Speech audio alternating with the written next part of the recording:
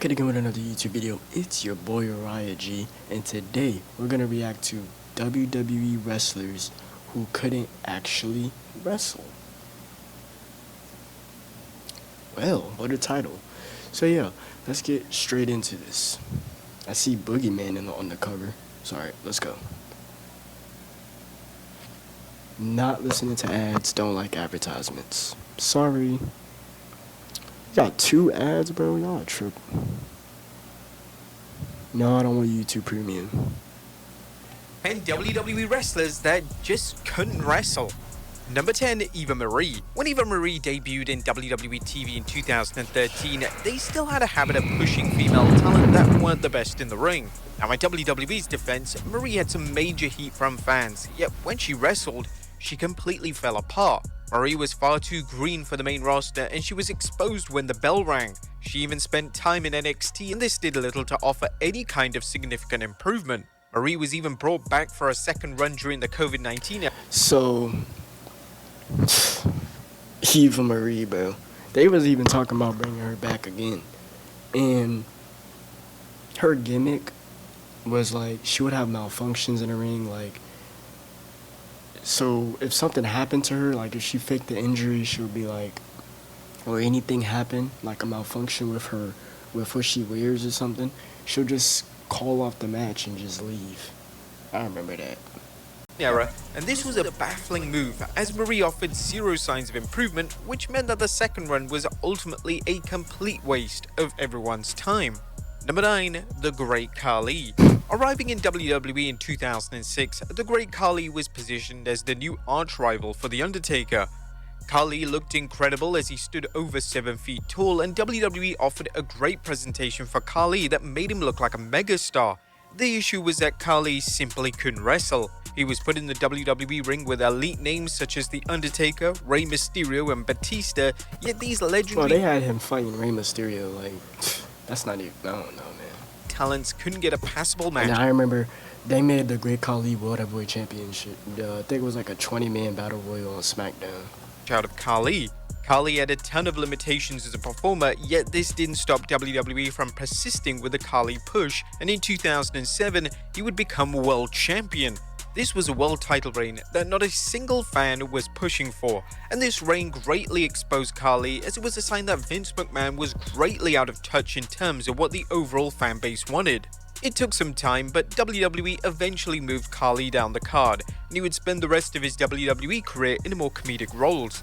Whilst his in-ring ability was always a problem, he did manage to get somewhat over as a babyface in the later stage. Yeah, like, it's crazy how he was World Heavyweight Champion, and later down the years, he's just nothing. So, stages of his career, and his popularity and influence on the Indian market for WWE can never be denied. Number 8, Giant Gonzalez. Unfortunately, WWE have time and time again brought in lousy wrestlers to work with The Undertaker, and in the 90s they brought in a wrestler known as Giant Gonzalez. Despite having a ton of size, Gonzalez was one of the worst performers The Undertaker's ever shared the ring with, and their matches in '93 were truly atrocious, despite the dead man doing his very best to try and deliver a passable match. Speaking to Sam Roberts, The Undertaker spoke honestly about Gonzalez as an in-ring performer, and the dead man stated that the program with him took years off his career. That whole thing took years off my career. I would be in much better shape now if I could have skipped that one program. As physically demanding as it was twice as much the mental strain because you have Brett, Yokozuna going out and having these great matches. Obviously you want to be mentioned in the same breath as those guys, and it was just not possible. Number 7. He straight up said working with him was not good.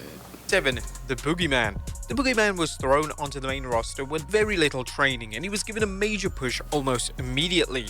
The Boogeyman character was unique and it was over with the audience. However, like all supernatural characters, the character had to eventually wrestle, and this is where the mystique was shattered.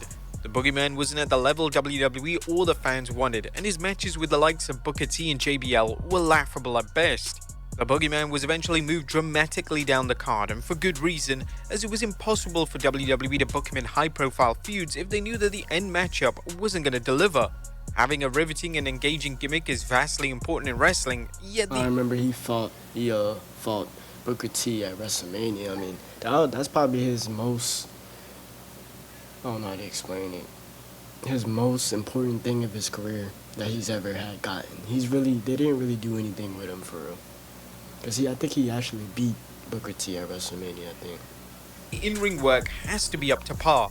Names such as Taker, Mick Foley, and Bray Wyatt were a testament to this. Their characters and gimmicks were legendary, yet these men had the ability to deliver a classic in-ring product with anyone on their respective roster. Number 6. Nathan Jones. It's often been the case in WWE, they see a wrestler and they believe that they will be the biggest star on the planet. This opinion is usually formed thanks to their appearance and nothing more. This was often the case during the old era of WWE, where Vince McMahon preferred his top guys to look a certain way.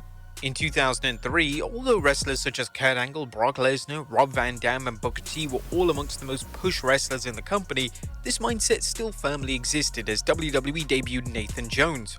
Jones had an intimidating look, and although he was insanely green, they debuted him in a program with The Undertaker. This was going to lead to the two teaming at WrestleMania 19. Shortly before WrestleMania 19, they realized that Jones just wasn't ready for such a prestigious position, and his WrestleMania plans were dropped. Jones would re-debut in the company in late 2003, this time as a menacing heel. This new heel run led to more ring time, and although he was wrestling names such as Kurt Angle and Chris Benoit, Jones was simply not cut out for the big leagues.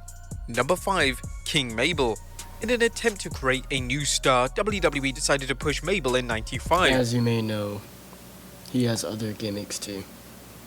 He would win the illustrious King of the Ring and would go on to challenge Diesel at that year's SummerSlam event. King Mabel was subpar in the ring, and when he wrestled Diesel at the SummerSlam event, it highlighted all of his flaws, and his in-ring performance was so bad and reckless that Vince McMahon almost fired him on the spot.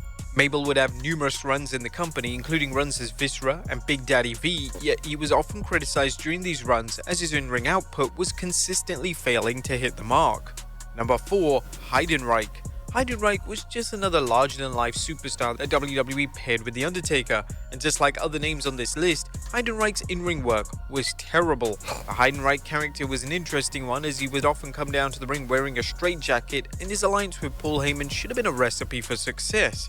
Unfortunately, when the bell rang, he often looked nervous and he failed to have a good match. He had somewhat more success as a babyface as part of his new version of the Legion of Doom, yet even still, fans still called out his in-ring work, which showed little to no improvement. Number 3. Vladimir Kozlov. Wow. Following WrestleMania. Vladimir Kozlov. That man. I remember, I think it was, what year was it? 2010? Or 2011? No, it was 2010, I think. He got injured. Mark Henry with his Hall of Pain gimmick. He injured Vladimir Kozlov on SmackDown, broke his leg or something like that, and then he was out of the company since then. He's still not in the company to this day. But I think like a couple years ago, they said he was on to doing bigger things. So I don't know. In 24, WWE debuted Vladimir Kozlov, and from his first match, it was evident that WWE saw dollar signs. Before fans knew it, Kozlov was pushed into the main event scene, and this saw Kozlov enter into a feud with Triple H and Jeff Hardy. This push was completely unwarranted, as the fans weren't reacting with the excitement when Kozlov's music hit, and most of his matches were lifeless squash matches. With Kozlov entering into a feud with top names, this meant that he was now wrestling longer matches, and this was a massive detriment to Kozlov, and he looked completely out of place. Negative they ain't really do nothing with him anyway, so... reactions to his in-ring work aside, they continued with his push, and he would even defeat The Undertaker clean on SmackDown. Over time, Vince McMahon realized that Kozlov wasn't going to be the menacing top star he wanted, and he eventually admitted defeat and decided instead to place Kozlov in a comedic tag team with Santino Marella. Number 2. Ahmed Johnson. The WWE had every reason to push Ahmed Johnson, as his WWE arrival came at the time when new stars were badly needed, and the more WWE pushed Johnson, the bigger reactions toward him seemed to get. Sadly, Johnson's in-ring work was at a questionable level, and he was known for being incredibly reckless in the ring. It's often said that it's vital that wrestlers trust each other in the ring, yet numerous wrestlers had issues with just how stiff and brutal Johnson could be within the squared circle. WWE legend Ted DiBiase summed up these issues with Johnson on his podcast by stating, "Big guy, great appearance. Obviously Vince McMahon was going to push him because he was the size he was. It looked like he did, but you know, he wasn't a great worker. In other words, he had to have somebody on the other side of the ring who could lead him." Johnson eventually exited the company in '98, and there were numerous reasons as to why the departure happened, yet ultimately Johnson found himself in WCW, where he unfortunately fell into a pit of obscurity.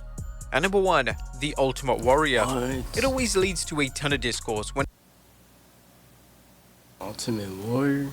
Let's see what he got to say about this. whenever a wrestling fan claims that the Ultimate Warrior couldn't wrestle. On the surface, Warrior couldn't wrestle. He was extremely limited as a performer, and numerous wrestlers have called Warrior out for his limitations. However, limitations aside, Warrior still had the ability to tell an excellent, captivating story with his matches. Matches against the likes of Hulk Hogan and Macho Man Randy Savage were tremendous, and yes, this was in I think he had a good career overall. But thanks to the abilities and aura of the two aforementioned names, yet Warrior still did his part in the respective matchups. Current WWE star Gunther summed up Warrior's abilities the best when he appeared on the bump. He's a showman. He's not an athlete, not a professional wrestler. He's a showman. But there you have it, folks. 10 WWE. well, I didn't even know he said that. But that was WWE wrestlers who couldn't actually wrestle. So y'all tell me which y'all want me to react to next in the comments down below. Got more videos coming. Subscribe, like, comment, and yeah, Uriah out.